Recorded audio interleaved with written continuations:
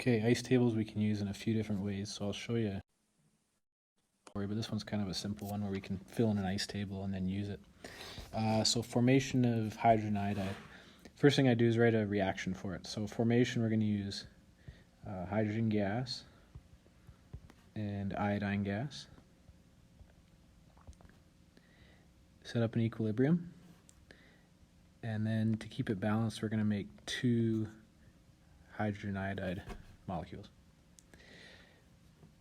Now we want to set up an ice table because we have things changing. We have some initial conditions. We have some equilibrium conditions. So I always write ice down the side. So we've got initial conditions, we've got equilibrium conditions, and then we've got the change to get there, so ice. This one says we begin with 1 mole per liter hydrogen and 1 mole per liter iodine, so that sounds like initial conditions. You always have to use concentration in your ice tables, so I'm going to put 1 mole per liter for hydrogen, 1 mole per liter for iodine. It doesn't say anything about the hydrogen iodide initially, so I'm going to put a 0 in for that one. These are going to react. We're going to get an equilibrium set up, and we can have some equilibrium conditions. The only other number we're given is our equilibrium amount for iodine based on the color. It's 0.22 moles per liter. So we should be able to fill in the rest of the table now. Anytime you have a 0, to get to equilibrium, that 0 is probably going to have to go up, and we're probably going to have to make a little bit of product. So that change is going to be positive. If one side of our reaction goes up, that means the other side has to go down to make that product. So this side, both of these things are going to go down. I'm going to put minus signs on them. You can put arrows up and down if you want to. Because I know both values for the iodine, I can figure out the change from it. 1 minus something makes 0.22. I think that should be 0.78 to get from 1 down to 0.22. If you know one change, you can figure out all the other ones. It's based on molar ratio. So the iodine and the hydrogen both have a 1 in front of them, so they're going to change by the same amount.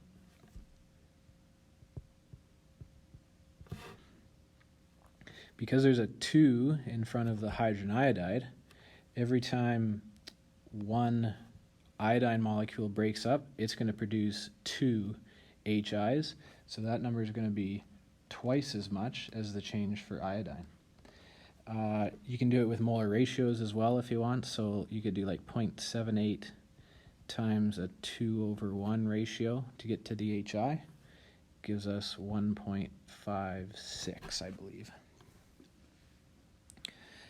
After that, it's just filling in the rest of our table. So for the hydrogen gas, 1 minus 0.78 makes 0.22. And for the hydrogen iodide, 0 plus 1.56 makes 1.56. So there we're done. Ice table's all filled in and we're good to go. That's the first part there, construct an ice table. Next part says find a percent reaction. So what this does is it compares what you start with to what you end up with, and kind of how much you could possibly make. So from my 1 mole per liter iodine,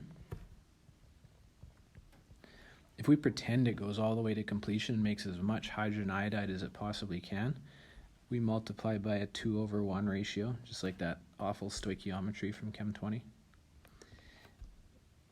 And maximum, if this went all the way to completion, we should be able to make 2 moles per liter, 1 times 2. Now I only made 1.56, so obviously it's not a total complete reaction, and we can turn that into a percent. Compare it to the 2 times by 100%. And real quick, I don't have you guys to do the calculation, so I'll do it. Comes out to about 78% reaction. Remember, because this is larger than 50%, we say it favors the products. Cool.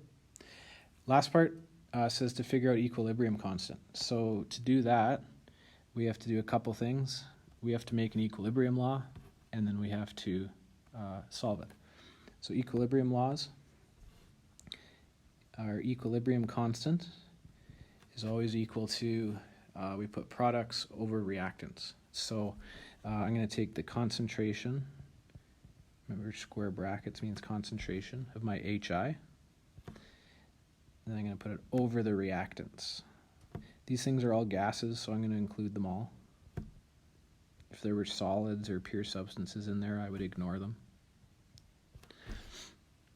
And the only other thing we have to do for equilibrium laws is make sure to include the coefficients. So H2 and I2 both have a 1, so we both put them to the power of 1. You don't actually have to write the 1 in, but you could.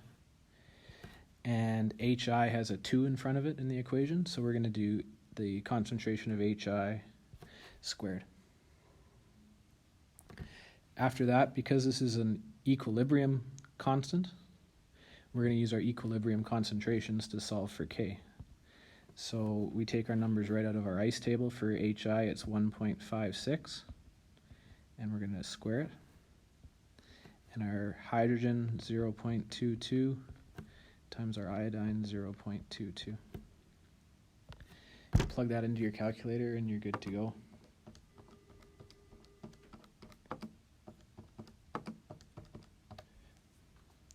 I got about 50.3 for my K value.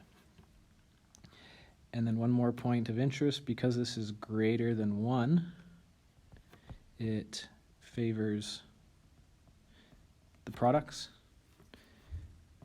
just like we said with our percentage, so everything matches up there. Nice.